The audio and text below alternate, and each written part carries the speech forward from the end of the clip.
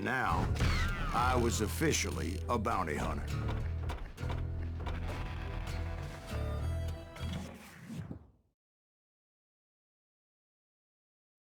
So, did you finally go after that Bob feller?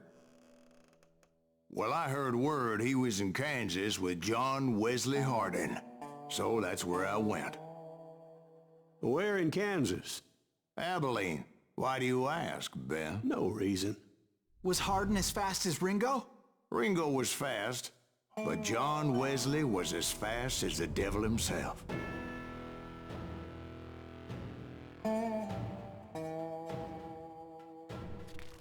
Hell, he killed his first man at 15. From that day forward, he had a price on his head and wouldn't back down for nobody, not even Wild Bill Hickok himself.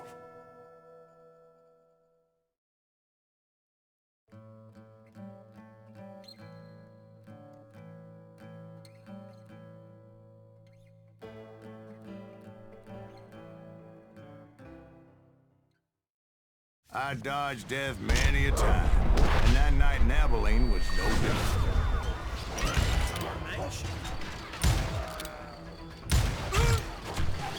I was there with the intention of finding that bastard Bob and collecting the bounty on John Wesley.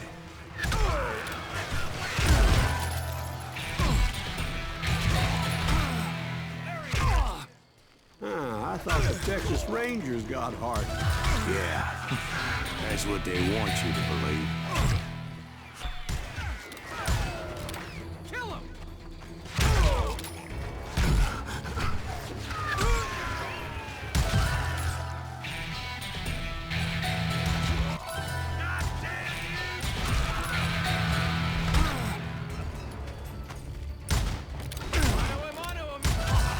It was cold in a witch's tit and a brass bra that night as I fought my way past his loyal compadres.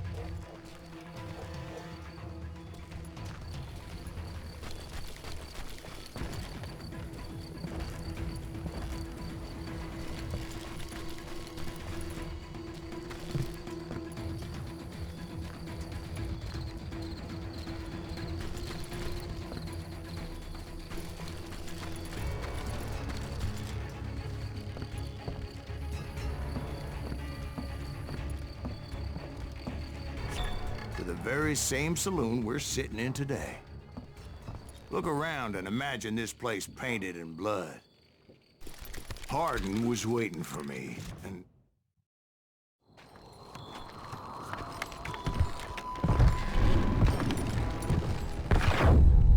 Wait, I'm jumping the gun here. Let me back up and give you some background on this sumbitch. He deserves that much. Don't you think so, Ben? John Wesley Hardin was a killer.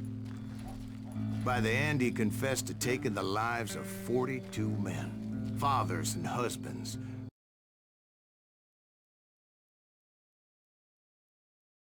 Neuroload activated.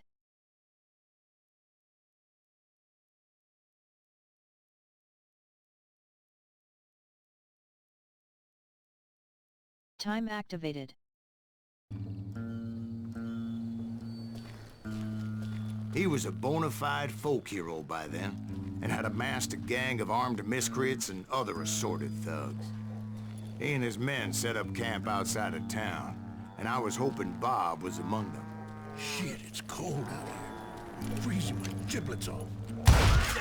Shoot that son of a bitch! They didn't ask why I was there. They knew. As most of them were wanted as well.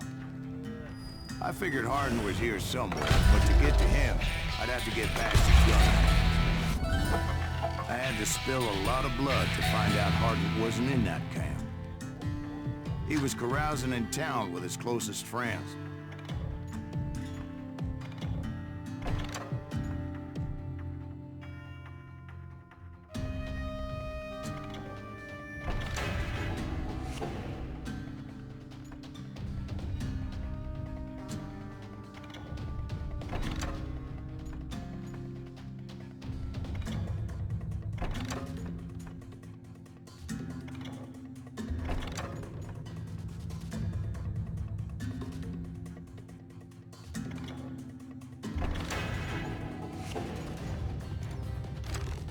Hardin's boys apparently didn't want me to reach the Bull's Head.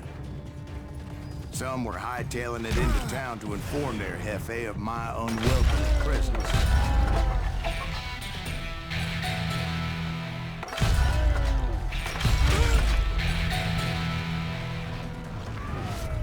Brother, I'm gonna make you pay for that.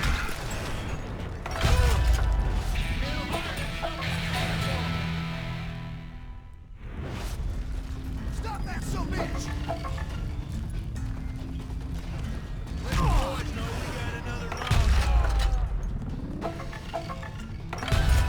I wondered if Bob was among them.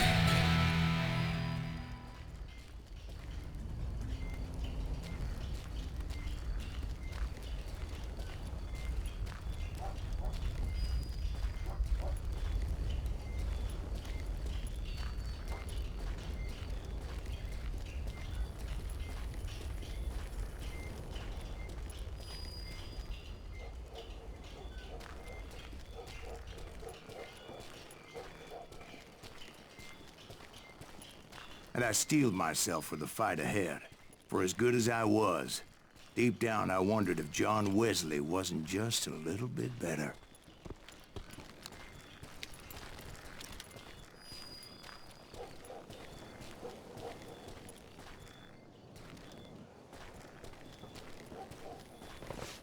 Before I could test my mettle against Hardin, however, I would first need to dispatch his cadre of hired killers.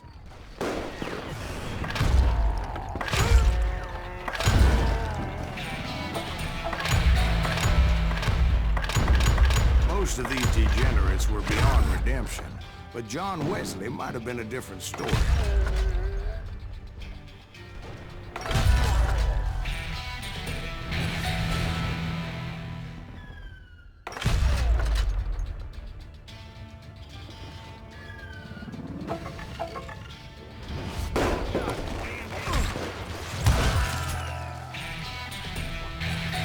I didn't learn until later that that night was in fact his birthday celebration.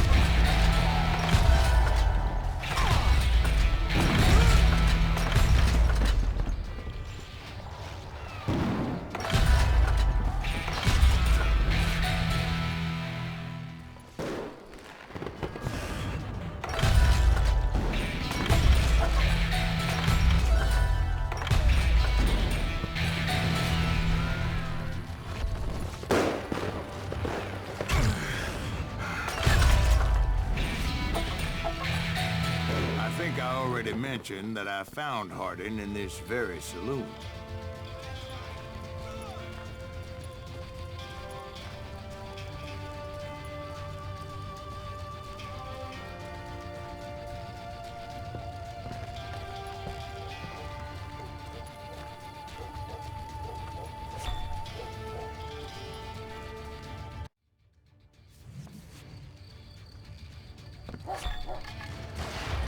Suffice it to say, nobody there was happy to see me.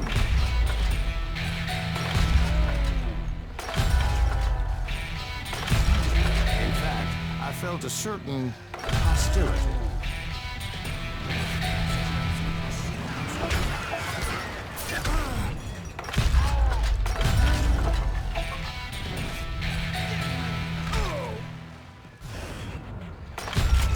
I was disappointed that neither Bob nor John Wesley were among the dead.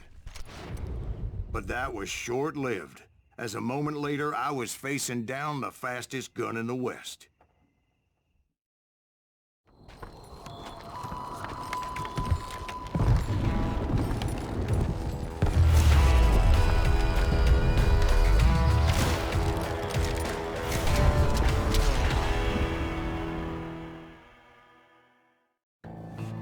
I felt a bolt of adrenaline. Or maybe that was fear.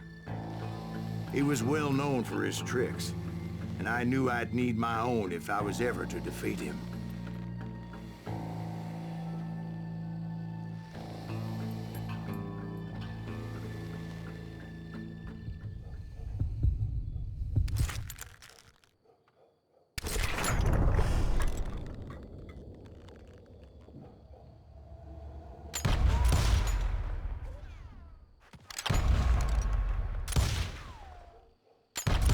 That man was faster than greased lightning. But being inebriated as he was, he didn't count his shots. And now, he was at my mercy. So he didn't die? No, I sent him to prison. Years later, after he was free, some restless Avenger took his life. Shot him in the back at a saloon just like this one. Anybody up for another beer? Ben?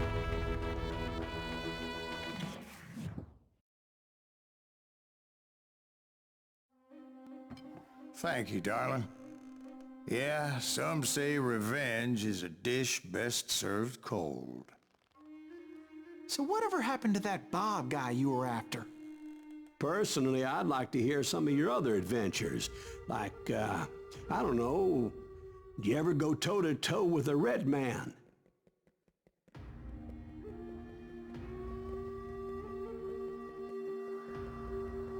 Yes, I did, Ben. I remember once I was after this renegade Apache, Grey Wolf. Strangely enough, revenge was also his primary motivation.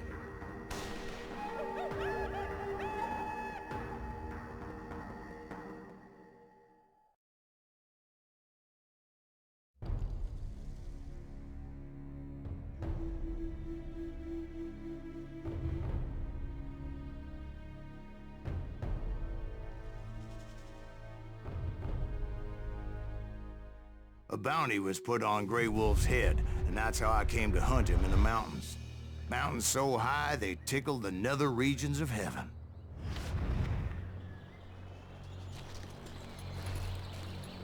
Grey Wolf was a Chiricahua Apache medicine man who had led a war party in revenge for a massacre against his people.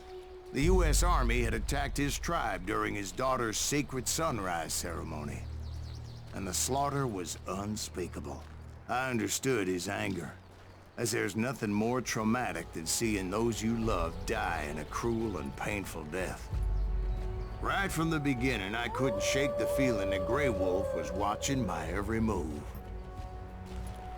He led a band of young Apache warriors who wanted retribution, and were more than willing to die for him.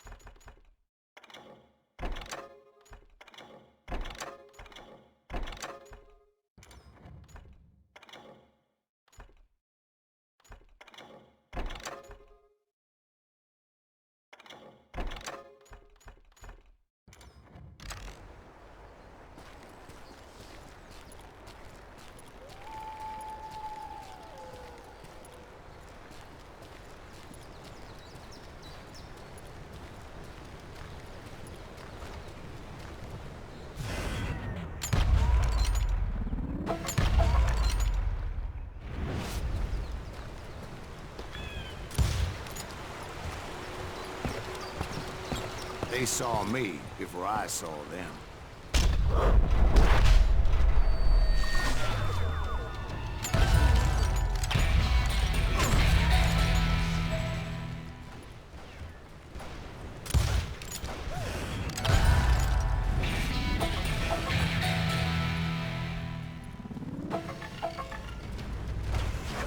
And it crossed my mind that maybe this wasn't such a good idea. But now that the shooting had started, there was no backing down.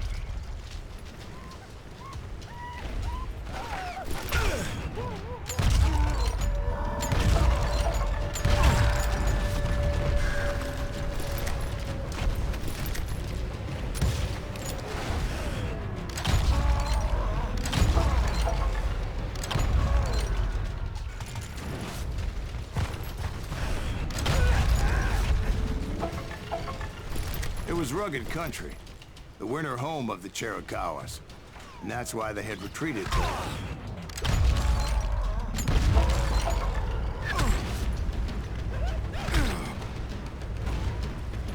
I admit to having some regrets about going after them the way I did.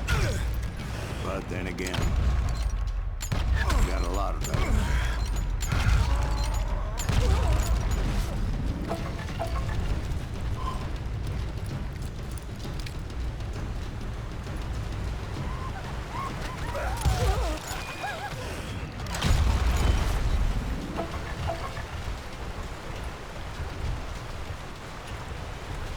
Did you find Grey Wolf? Not at that moment, but I did find the entrance to their hideout.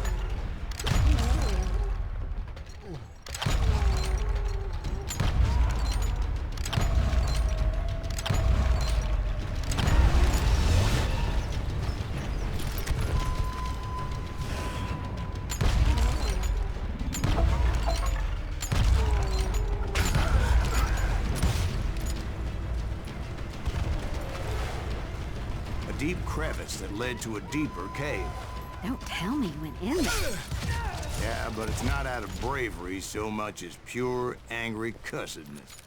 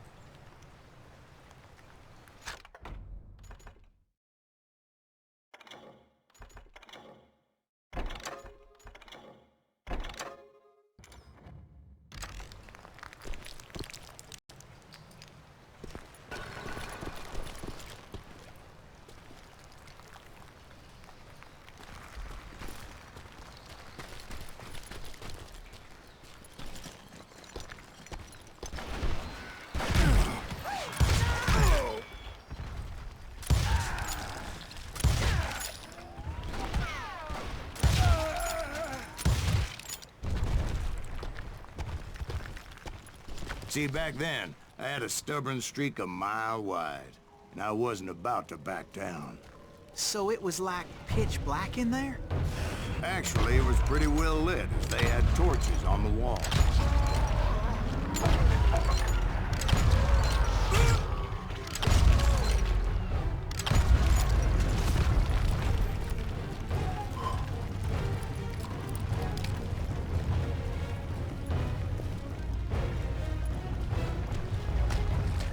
How big was his cave? Big as hell, Ben. Chiricahua had hid out there during the Indian Wars.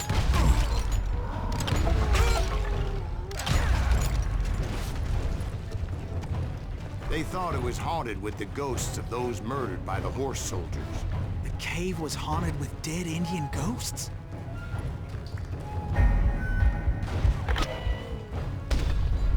To be honest, I was more concerned with the live ones than the dead ones.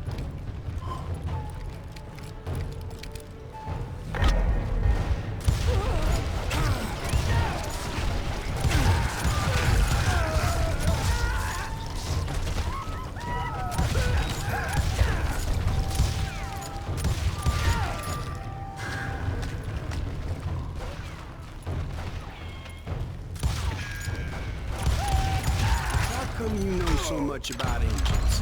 A few years back, I was married to 2 Mescalero women. At the same time? Yeah, they were sisters. Polygyny is traditional among the Mescalero. So what happened? Oh, I had to get out of there. Those girls never shut up. Both of them nagging at me all the time. Drove me half crazy. Haven't seen them since. No, I mean, what happened with Grey Wolf? Oh, well, I pursued him into the Cave of Death. I came upon this flooded grotto, and that's when I saw him. He came to me unarmed and unafraid. His voice echoed in the shadows. And I sensed he meant me no harm. You carry great darkness in your heart, and if you do not release it, it will claim your soul. The sound of his voice put some kind of ancient Indian spell on me.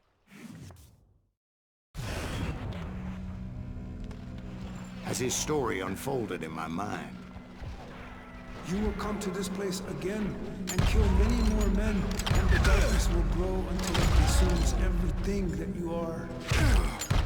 A soul would have no rainbow. I had no tears. he said I was a great warrior, a coyote man, unequaled by any other pale-faced warrior, or something like that. The snakes will bite shadows of your past until a venom poisons your heart, and an echo of the song of the dead summons the spirits deep from within the mountains. I didn't quite get what he was saying, but there was definitely snakes. And indeed, his warriors surrounded me and attacked me like hungry wolverines. They couldn't stop me, though, and Grey Wolf wasn't in the mood for idle talk.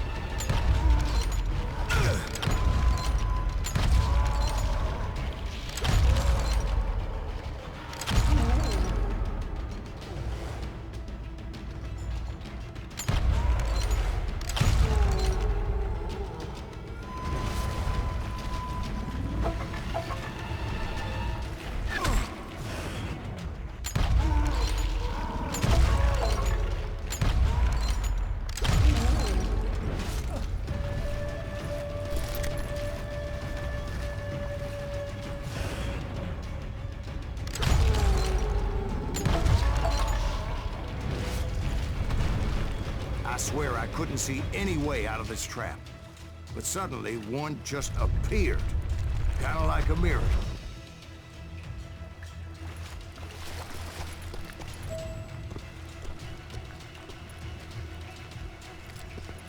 I felt like I would be lost in that damn cave forever.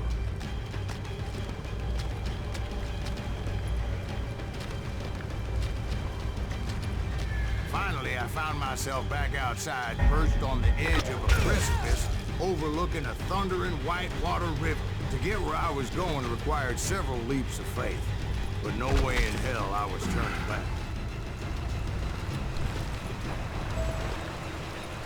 I chased after him, determined to make him explain the meaning of all that mumbo-jumbo. Mumbo-jumbo is right. Are you making this all up as you go? A few details may be fuzzy, brother, but I am relating exactly what happened to me. There were dozens of Apache warriors aiming at me from on high. Dozens? Well, maybe not dozens, but there was a lot of them.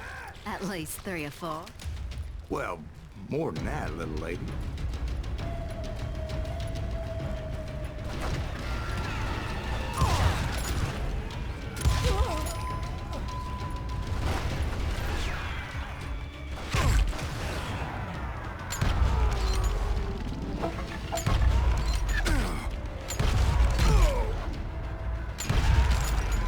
Steep climb up creek ahead of me and scrambled up those rocks like a mountain goat. I was determined to locate Grey Wolf and find out exactly what the hell he was trying to tell me.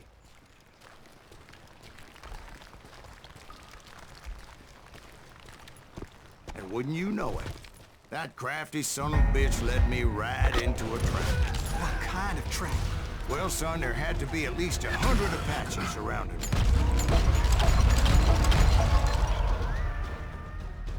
100? God be my witness. Oh, come on. Who are you kidding? Hey, I believe you. come on, tell us how it ended. All right, but I'm not gonna drag this out. Where were we? You were surrounded by 100 Apache warriors.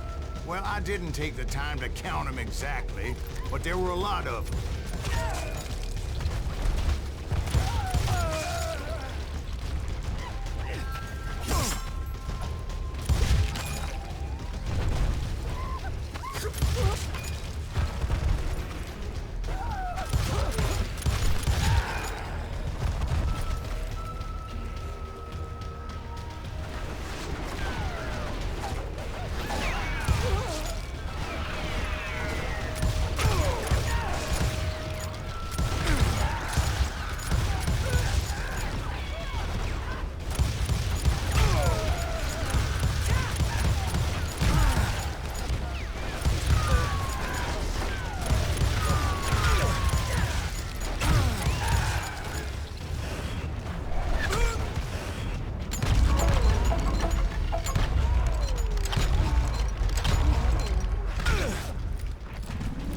And in the end, a path appeared before me that I had not seen before.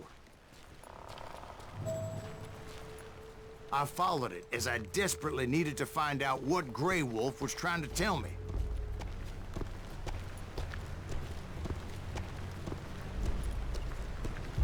But it was like that son-of-a-bitch disappeared into thin air.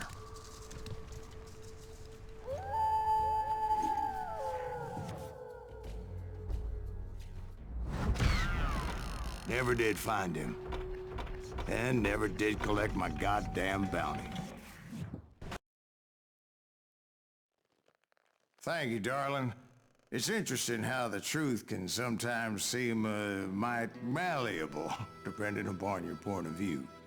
Like how those dime novels make you out to be something you're not? Jack, don't be starting trouble. No, he's right. They do tend to exaggerate. Did they exaggerate your part in taking down the Daltons? Well, I was there in the flesh, boy, so I saw what happened firsthand.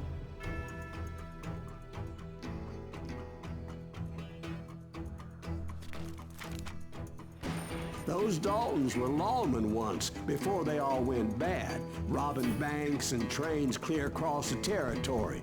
Until Coffeeville, of course. I was one of the citizens who took up arms that day.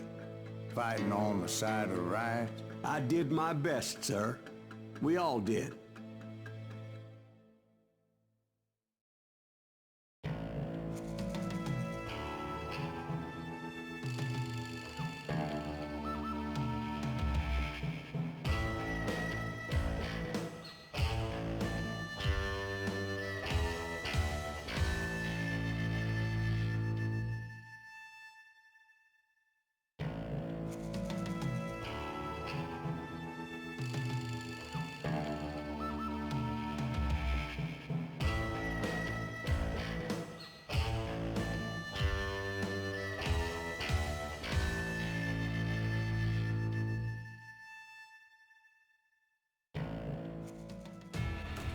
It was early morning.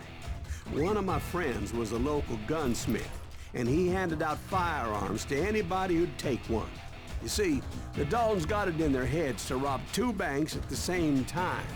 2 banks on the same damn street. Story was Bob Dalton's girl was always riding him about how he had no ambition. Well, you're nobody next to Jesse James, she'd say. Finally, the bastard took his brothers to Coffeeville just to shut her up. Well, the locals recognized the Daltons right off. Before they could get away, half the town took up arms to defend their property. Put some balls out!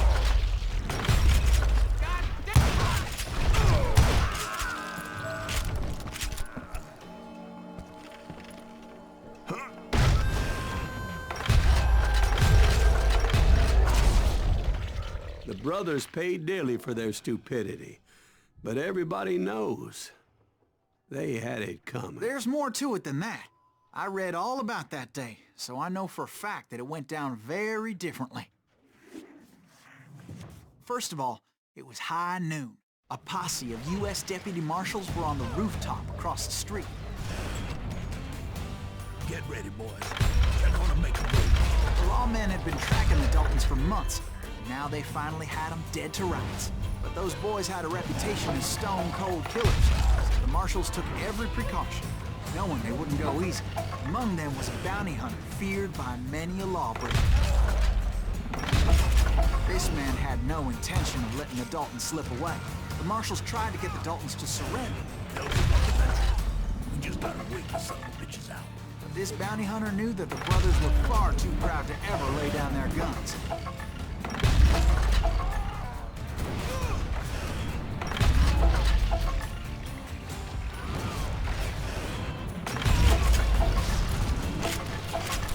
He went in there alone to confront those criminals.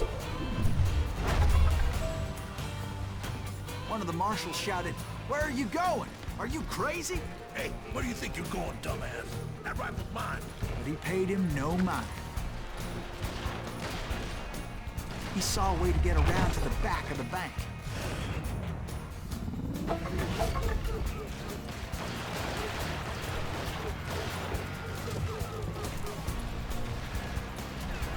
Then he figured out how to hit the Daltons from a direction they weren't expecting.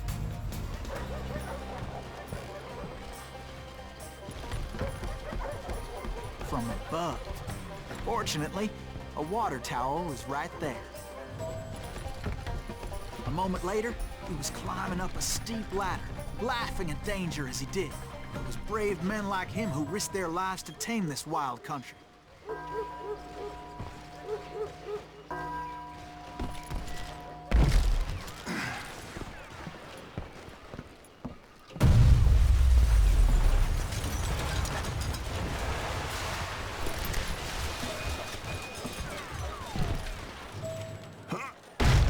We've got company.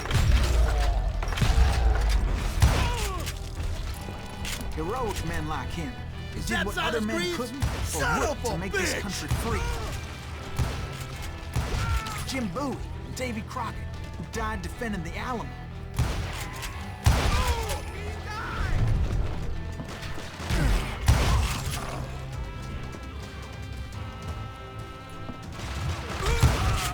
Nobody can do that.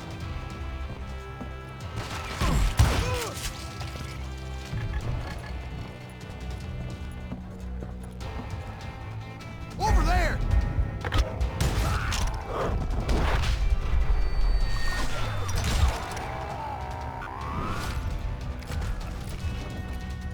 That's Silas Greaves. What the hell? Blam! Blam! He came away victorious, taking down those thieving Daltons.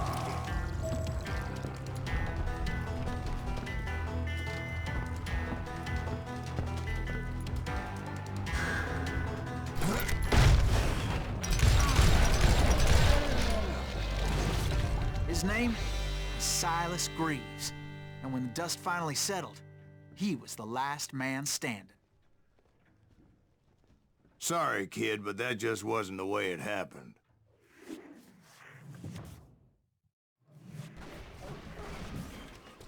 It was early evening, not high noon.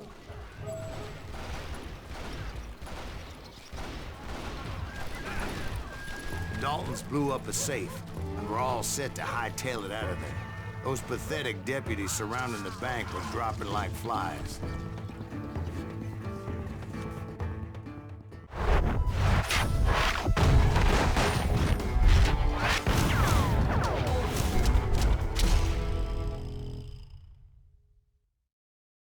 I had been tracking those jokers for months, waiting for them to do something reckless. And finally, they did. Those stupid bastards decided to rob 2 banks at the same time in the same town where everybody knew them. But they still had friends in Coffeyville. So you're hiding too now. Waste your bullets. Go ahead. Ain't bothered me none.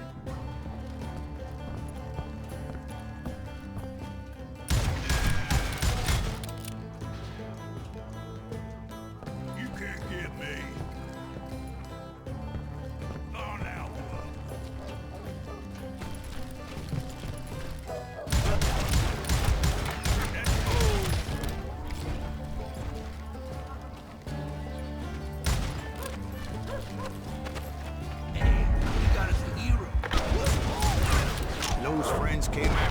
like a pack of wild dogs, tooth and nail.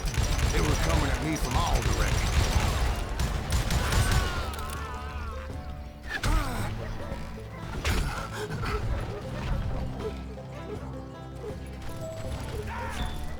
I caught sight of the Daltons running with the money and didn't want to lose them.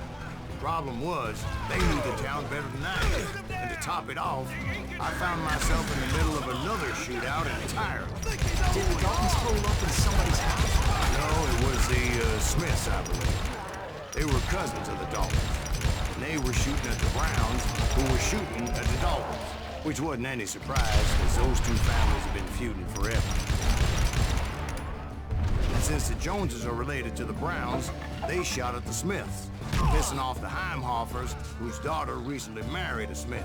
Well, bullets were flying every which way as all the old feuds in Kansas caught fire all at once. There was a hell of a lot of pissed off people in Coffeyville that day. The Dalton boys knew I would never give up. Those Daltons weren't the sharpest knives in the drawer, but they always stood together. They set a trap to slow me down and allow at least two of them to escape. The third brother stayed behind to plant me, just in case that trap of theirs didn't work.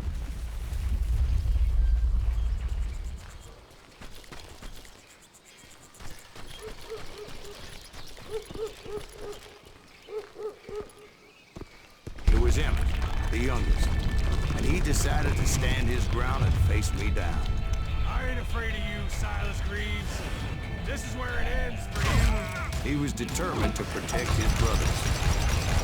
I understood how he felt. Taking me on all by his lonesome wasn't exactly a recipe for a long fight.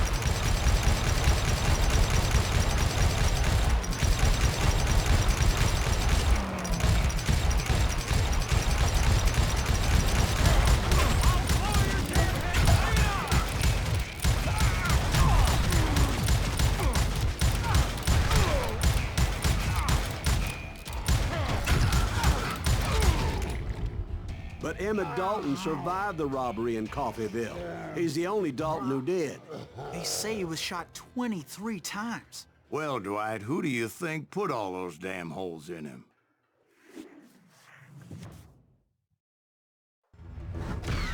But I have to admit, that boy had grit.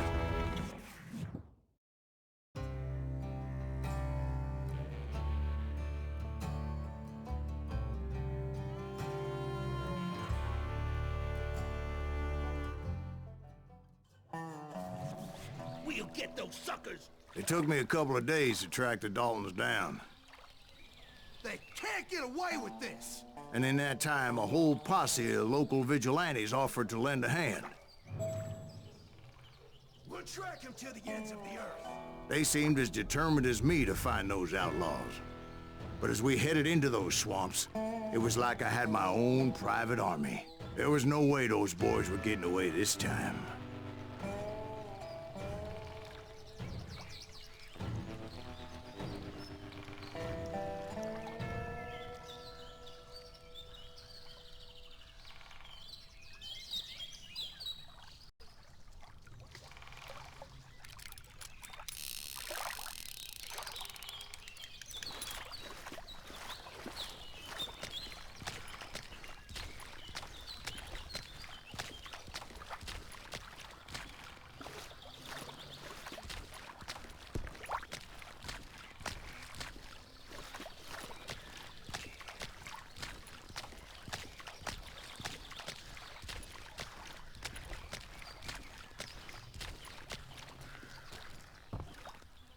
It was early fall, right?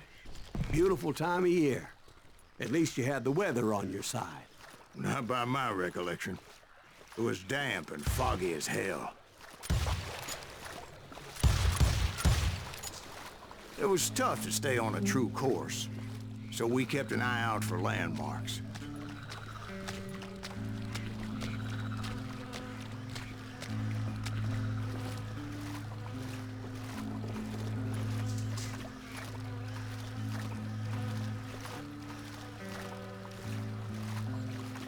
It was autumn.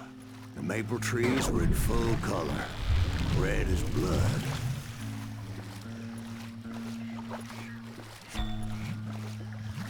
The rains that year were torrential, so the whole area was flooded. The vigilantes had spread out wide, and pretty soon I couldn't see anybody. Bury him in the swamp. Let them where they stand. Except for some bitches ahead of me wanting to do me harm. So I had to face them alone. I wondered why my compatriots didn't come running when they heard the shots.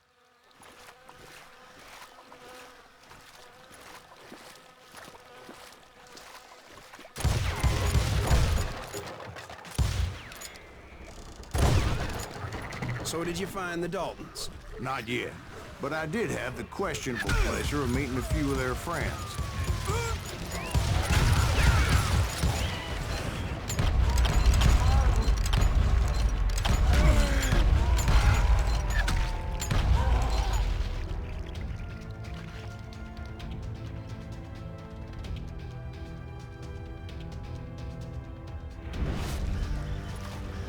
The boys had established quite a reputation by that time, so they attracted all manner of riffraff to their cause.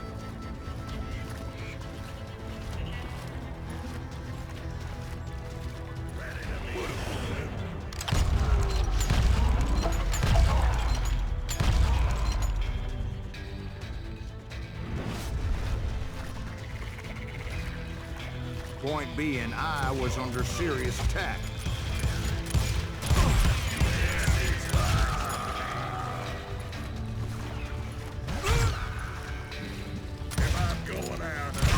And my reinforcements was nowhere to be seen.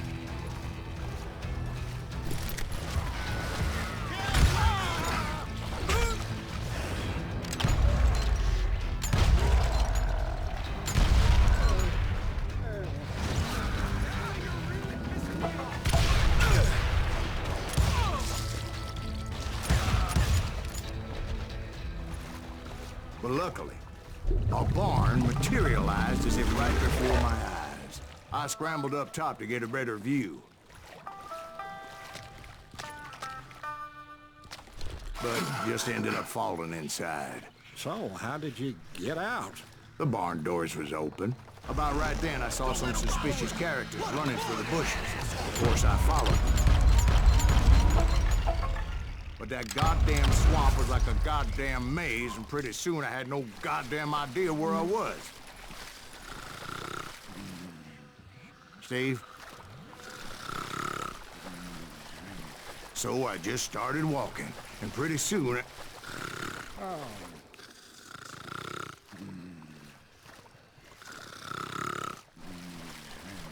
Steve? Steve? Huh? Oh, no, I'm listening. Indians surrounded me from all sides.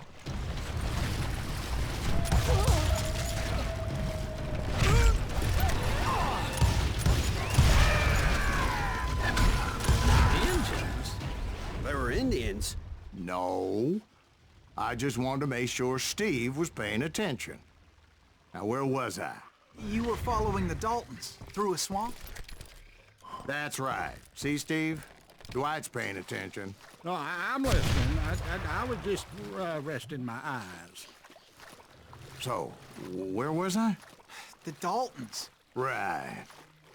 See, there's a reason so many outlaw gangs are made up of brothers. Being a brother is a very sacred thing. It's a bond like no other. So did you ever find the damn Daltons? Not yet. But I did find a few of their cousins. In Kansas, breed like rabbits. More Smiths or Heimhoffers or who knows what. But hell, what's more important than family? I bet Ben knows what I'm talking about.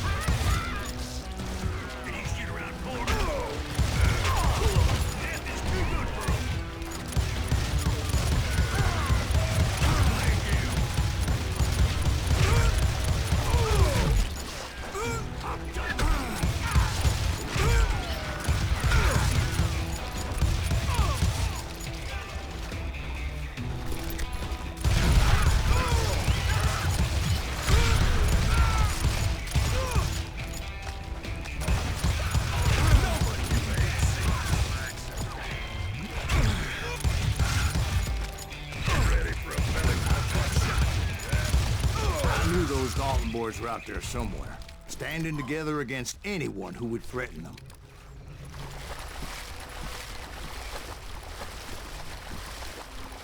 And that's when I saw it. A goddamn steamboat. A steamboat? In a swamp? Yeah, Steve, but this wasn't much more than a wreck, really. But how'd a damn steamboat end up in the swamps? Guess it floated off during the flood of '89. Now, was it a stern-wheeler or a side-wheeler? What? Does that really make a difference, Steve? It was a steamboat with a goddamn army on board.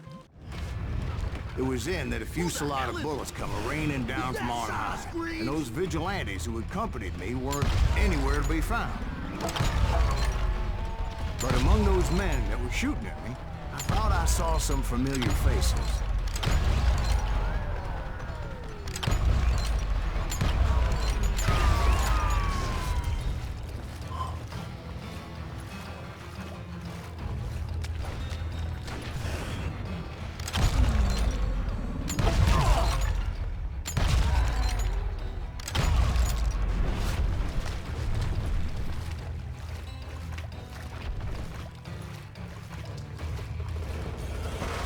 Somewhere up there, the Daltons were waiting on me.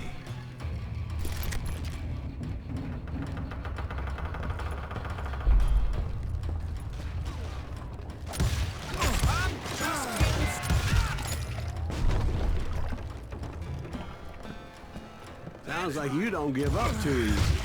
That's the kind of man I am, Ben. I set out to do something. I do it. Surrender just ain't in my nature. Plus, I'm stubborn as hell.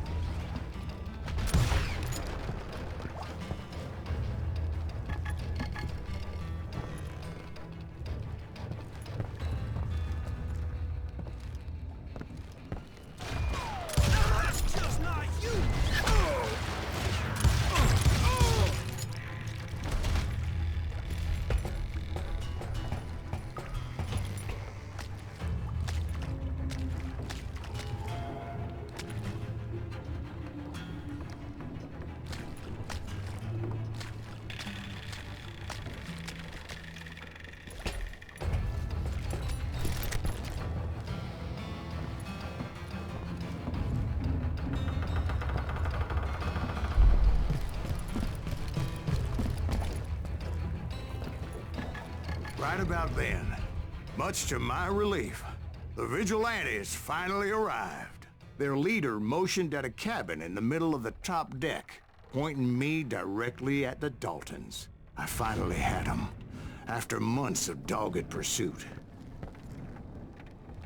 But it turned out that they had me. Take him out! I'm sending you to hell!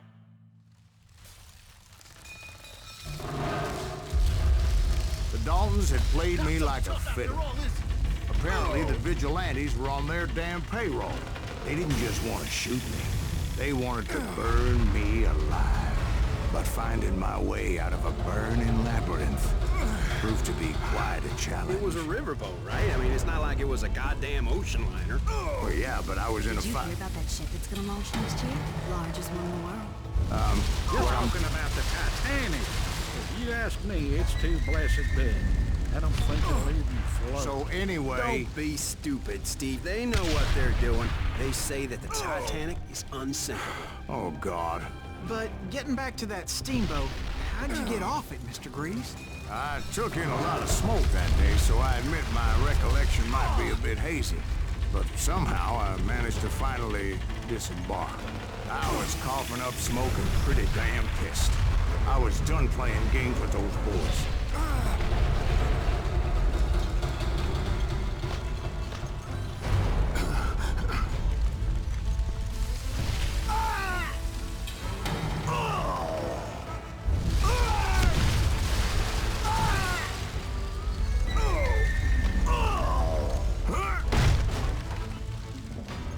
It was time to settle this once and for all.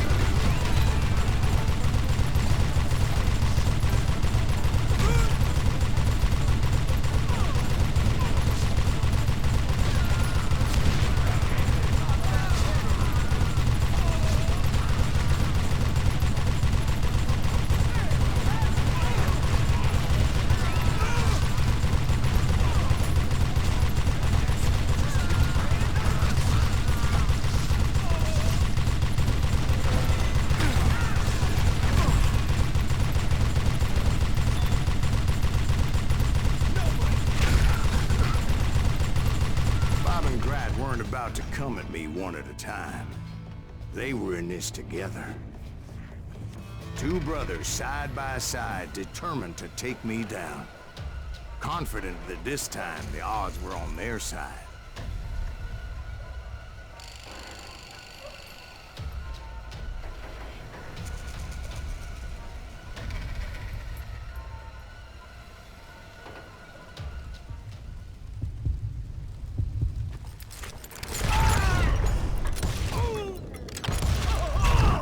They got it wrong. A sad end for those two. If they'd only known that Emmett was still alive despite his wounds. Paroled 14 years later, he moved to California and sold real estate and lived off the legend of that fateful day. And the tragic death of his two brothers.